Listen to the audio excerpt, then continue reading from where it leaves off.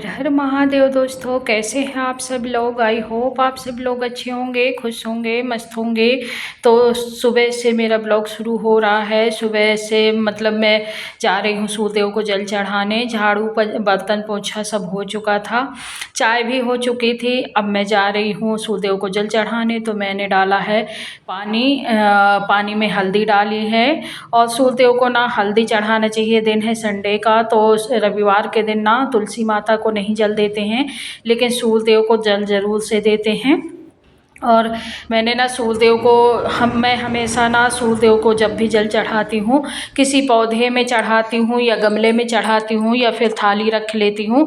हमें कभी भी सूर्यदेव को जल ज़मीन में नहीं चढ़ाना चाहिए, ज़मीन में नहीं डालना चाहिए, क्योंकि वो सभी के पैरों में पड़ता है। और पैरों में जब सूर्यदेव का चढ़ाया हुआ जल ना पैरों में पड़ता है तो हमें बहुत पाप लगता है। तो हमको कभी भी ज़मीन में जल नहीं चढ़ाना चाहिए। हाँ, गंगा जी कभी नहाने लोग जाते हैं तो ऐसा होता है कि गंगा जी में खड़े होकर गंगा जी में ही जल चढ़ा देते हैं उनके नाम का। वो अलग चीज़ है कि बहते पानी में चढ़ा दिया, पानी जल में चढ़ा दिया। लेकिन कभी भी आप ज़मीन में खड़े होकर चढ़ाते हैं, जैसे दरवाजे में या छत में जाते हैं तो ऐसे ही सूर्यदेव को जल दे देते हैं। तो ऐसे कभी भी ना देना चाहिए। हमेशा या तो गमला रख लो या थाली रख लो, और या फिर मेरे पास तो यही है, दरवाजे में मैं चढ़ाती हूँ। जब छत जाती हूँ तो छत में भी मेरे पास गमले रखे हैं, तो मैं गमले में ही चढ़ाती हूँ। और जब दरवाजे में चढ़ाती हूँ, ज़्यादातर मेरा दरवाजे में से ही सूर्यदेव को जल देना होता है। ठंडियों में छत चली जाती हूँ, क्योंकि ठंडियों में ना सूर्यदेव थोड़ी मतलब देर से निकलते हैं ना, तो सीधे पहाड़ की वजह से जल्दी दिखाई नहीं देते, तो छत से देखना पड़ता है। और गर्मियों में तो सुबह 5 साढ़े 5 बजे ही सूर्यदेव निकल आते हैं। तो मैं ना मेरे दरवाजे में कनेर का पेड़ लगा है, मेरे बेटे ने लगाया था, तो वही कनेर का पेड़ बड़ा हो जाता है, उसी गमले में मैं डाल देती हूँ हमेशा। और यहाँ पे मैं तुलसी माता को जल नहीं दे रही हूँ, क्योंकि तुलसी माता का संडे को ना संडे को एकादशी को कभी भी जल नहीं देना चाहिए तुलसी माता को, तो मैं नहीं कभी देती हूँ। तो मैं ना यहाँ पे सिर्फ उनको धूप दीप दिखा दूँगी, क्योंकि जल नहीं चढ़ा सकते, तुलसी माता को तोड़ नहीं सकते, संडे को जल नहीं चढ़ा सकते, एकादशी को और संडे को, लेकिन धूप दीप दिखा सकते हैं। क्योंकि धूप दीप दूर से दिखाना होता है और दूर से ही उनको प्रणाम कर लेना होता है, तो इतना तो हमें करना ही चाहिए। और थोड़ी थोड़ी हवा चल रही थी ना, तो धूप अच्छे से जल नहीं रही थी, फिर मैंने उसको इधर करके जलाया। और सूर्यदेव को भी इसी धूप से मैं धूप दिखा दूँगी, और तुलसी माता को तो बस भले कुछ भी ना आप नहलाओ, ना कुछ भी प्रसाद भोग मत ना चढ़ाओ, लेकिन धूप तो संडे को भी दिखा दो, क्योंकि तुलसी मैया एक देवी का रूप है और वो सब जानती हैं। तो मैंने यहाँ पे तुलसी माता को भी धूप दिखा दिया, सूर्यदेव के भी दिखा दिया, जल नहीं तुलसी माता को चढ़ाया। अब मैं जाके करूँगी अंदर की पूजा। तो सुबह सुबह से यही काम रहता है। और पूजा पाठ, जिस दिन पूजा पाठ ना करना हुआ ना, उस दिन ना मन एक उदास सा हो जाता है, तो पूजा पाठ करना बहुत ज़रूरी हो जाता है। अब मैं यहाँ पे आ गई हूँ, तो भगवान के जो भी दीपक वगैरह थे, पूजा पाठ के बर्तन, तो मैं उनको अच्छे से धुल लूँगी। और इस समय ना पीताम्बरी ख़त्म हो चुकी है हमारी, तो मैंने बगल की दुकान में पूछा था, उनके पास थी नहीं। तो मुझे भगवान के बर्तन साफ़ करने में थोड़ा-सा वो होता है, मतलब निरमा तो लगाती हूँ, लेकिन निरमा से कम साफ़ होता है, पीताम्बरी से जल्दी साफ़ हो जाता है। तो अभी मैं बाहर से मँगाऊँगी, दुकान वाले बोल रहे थे कि 1-2 दिन में ले आऊँगा, लेकिन अभी पता नहीं लाए हैं कि नहीं लाए। लेकिन मैं आज पूछने गई थी तो लाए नहीं थे, तो बोले मैं दोपहर तक ले आऊँगा, लेकिन पता नहीं दोपहर को फिर मुझे याद भूल नहीं रहता ना, जब पूजा करना होता है, भगवान के बर्तन धुलना होता है, तभी पीताम्बरी के याद आता है कि हाँ पीताम्बरी नहीं है। वरना जहाँ पूजा हो गई ना, तो फिर ये ध्यान भी भूल जाती है कि पीताम्बरी नहीं है। तो मैं ध्यान करके जो लेने जाऊँगी, और या तो मार्केट से मंगाऊँ बाहर से। तो अभी ना पूजा करने आ चुकी हूँ, और मेरी दोनों बेटियाँ भी चली गई हैं। बेटा तो कोचिंग चला ही गया था कोचिंग के लिए। बड़ी वाली बेटी आई हुई थी, वो भी चली गई है। और आशु का भी एडमिशन बाहर हो गया है, उसने 10th किया है, तो एडमिशन उसका भी बाहर हो गया है। तो बस सारे बच्चे चले गए हैं और घर में ना एकदम सूना सूना सा लग रहा है। मतलब बच्चों से ही घर में रौनक रहती है, बच्चों से ही घर में काम बढ़ता है और बच्चों से ही रौनक रहती है। लेकिन बच्चे नहीं हैं तो घर में बिल्कुल सूनापन लग रहा है। लेकिन क्या करें, उनके भविष्य के लिए, उनका अच्छा भविष्य बन जाए, उनके भविष्य के लिए माँ बाप को अपने दिल में पत्थर रखना ही होता है। माँ को खास कर, क्योंकि पिता होते हैं ना जो बच्चों के, तो वो तो सुबह निकल गए तो दोपहर में आए, दोपहर को निकल गए तो शाम में आए। उनका तो ऐसा रहता है कि फिर रात में आए तो फिर दिन भर बाहर ही रहते हैं, तो उनका मन तो बहला रहता है। लेकिन एक माँ जो होती है ना, वो जब से बच्चे पैदा होते हैं ना तो वो सुबह से शाम तक बस बच्चों में लगी रहती है। बच्चों को ये नाश्ता बना दो, खिला दो, ये पिला दो, बच्चों को बच्चे नहा लो, ये कर लो, वो कर लो, बस बच्चों में ही पूरा दिन उसका जाता है। तो जब बच्चे चले जाते हैं ना तो माँ को ज़्यादा सूनापन महसूस होता है। और पूजा पाठ करने के बाद फिर खाना बनाया नहीं मैंने, क्योंकि खाना कुछ रखा था। रात में पूड़ी सब्ज़ी बनाई थी, बच्चों को जाना था तो पूड़ी सब्ज़ी काफ़ी रखी थी, क्योंकि बच्चे चले गए थे तो खाने का उतना मन नहीं हो रहा था। तो काफ़ी पूड़ी सब्ज़ी रखी थी, तो सब्ज़ी मैंने फ्रिज में उठा के रख ली थी। आलू बैंगन की सूखी सब्ज़ी बनाई थी, क्योंकि उनको टिफ़िन भी ले जाना था। तो फिर वही सब्ज़ी भी रखी थी और पूड़ी भी रखी थी। तो फिर अपने लिए कुछ और बनाने का मन नहीं हुआ, क्योंकि फिर होता है ना कि रखा है तो फिर खा ही लेंगे, क्योंकि बच्चे हस्बैंड बासा खाना नहीं खाते हैं, उनको तो ताज़ा ही चाहिए। लेकिन अपने लिए होता है ना कि रात में पूड़ी बनाई थी, दबी रखी है, फ्रिज में सब्ज़ी रख दी थी, तो बस वही खा लेंगे, शाम को फिर कुछ देखते हैं।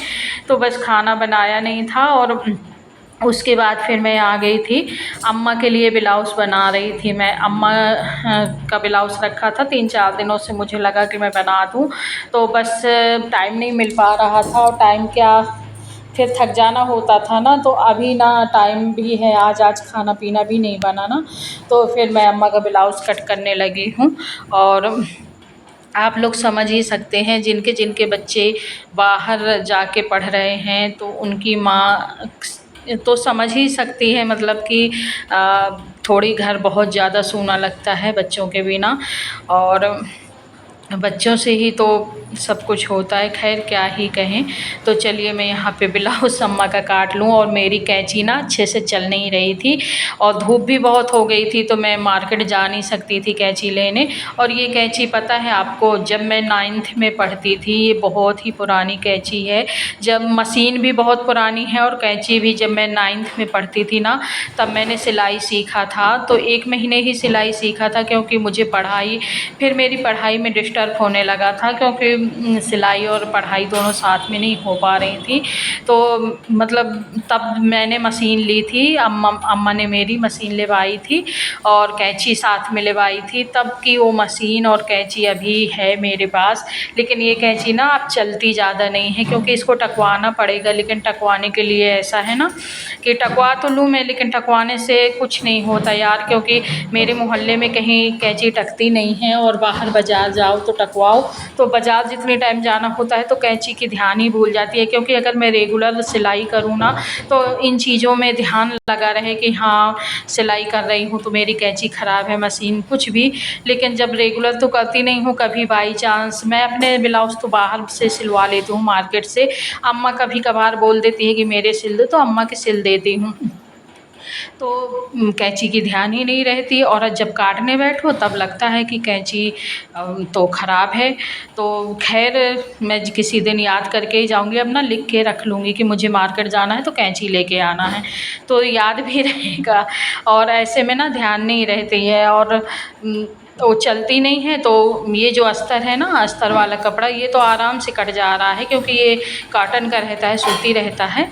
और जो ये अस्तर है, ये साड़ी का है ना, आप लोग देख सकते हैं, ये ब्लाउज़ है और ब्लाउज़ की पीस है। ये ना आस्तीन का है, ये जो ऊपर का है ये आस्तीन का है और नीचे है जो ये ब्लाउज़ का है। तो नीचे का पोर्शन होगा ब्लाउज़ के लिए और ऊपर का पोर्शन होगा आस्तीन के लिए। तो ये काटने में बड़ी दिक्कत होनी है, क्योंकि जो अस्तर है वो तो कॉटन का है, सूती का है, अच्छे से कट जा रहा है। लेकिन जो साड़ी का कपड़ा है ना उसको काटने में बड़ी दिक्कत होने वाली है, लेकिन फिर भी कोशिश करूँगी जैसे तैसे काटूँगी। और क्योंकि अभी तो मैं मार्केट जा नहीं सकती, इतनी ज़्यादा धूप हो रखी है, गर्मी हो रखी है कि मैं बता नहीं सकती। क्योंकि अभी तक ना बारिश हो रही थी ना, तो मौसम एकदम अच्छा था। बारिश की वजह से 4-5 दिनों तक बारिश हुई लगातार, तो इस वजह से ना मौसम अच्छा था। लेकिन कल से ना इतनी ज़्यादा धूप निकल रही है और इतनी ज़्यादा गर्मी हो रही है कि ना ही तो रात में ठंडा आ रहा है ना दिन में। हम लोग एसी लगा लेते हैं तो रात में दिक्कत नहीं होती है, लेकिन दिन में ना बाहर जाओ धूप में तो पता चलता है कि कितनी गर्मी है, तो जाने की हिम्मत नहीं हो रही है। फिर किसी दिन जाऊंगी अगर किसी काम से मार्केट, तो कैंची लेके ज़रूर आऊँगी। और इधर थोड़ी थोड़ी पेट भी दर्द सा कर रहा था, जैसे गैस सी बनी थी, तो एसिडिटी सी हो रही थी। मतलब पेट फूला फूला सा लग रहा था, तो हल्का दर्द सा हो रहा था। तो मैंने साड़ी से ना पेटीकोट से अच्छे से कस लिया है पेट।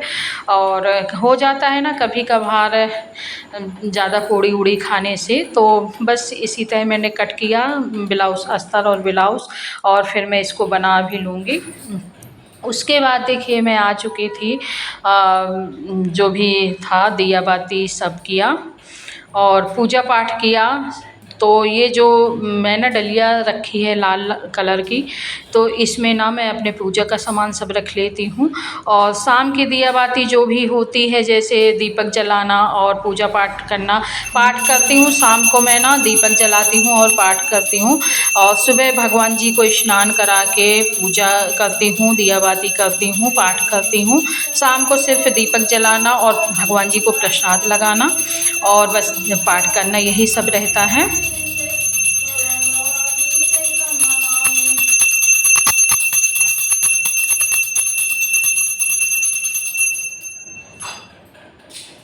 तो आप लोग देख सकते हैं सब पूजा कर लेती हूँ। और मैं ना हमेशा एक साइड ना एक दीपक जलाती हूँ। सुबह की पूजा में मैं एक दीपक जलाती हूँ तिली के तेल का, और जो आरती करती हूँ ना तो घी की बाती से ही करती हूँ। हमेशा मेरी आदत है तुलसी माता में और भगवान जी के रूम में एक घी का दीपक ज़रूर से जलाना होता है मुझे।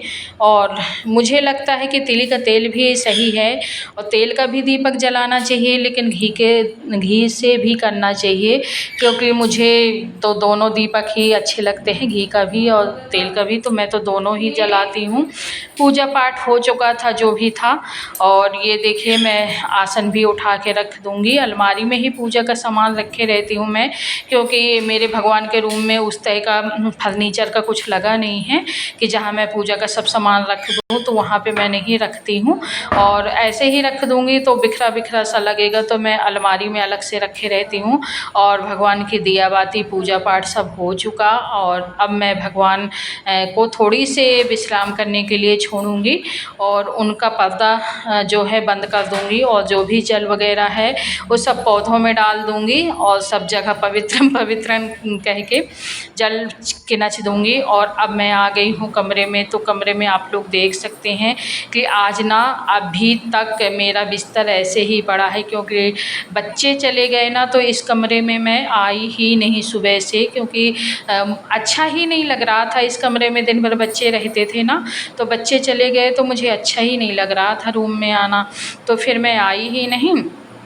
और बस अभी आई हूँ, क्योंकि अब लेटना है तो आना ही है, तो अभी आई तो देखी पूरा कमरा बिखरा पड़ा है, पूरा बेड, तो बस इसी की साफ़ सफाई शुरू कर दी।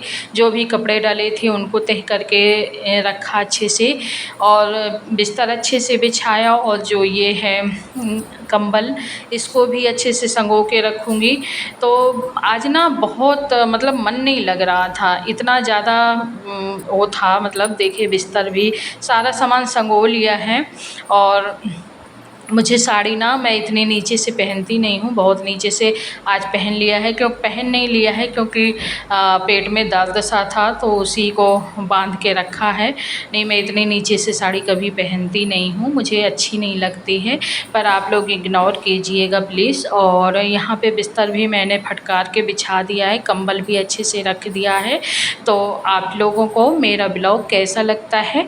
अगर अच्छा लगे तो प्लीज़ लाइक करिएगा। आज का ब्लॉग यहीं यहीं तक आपके लिए, क्योंकि इससे ज़्यादा ब्लॉग नहीं मैं आज बना पाई। और फिर मिलती हूँ मैं आपसे नेक्स्ट ब्लॉग में, तब तक के लिए जय भोलेनाथ।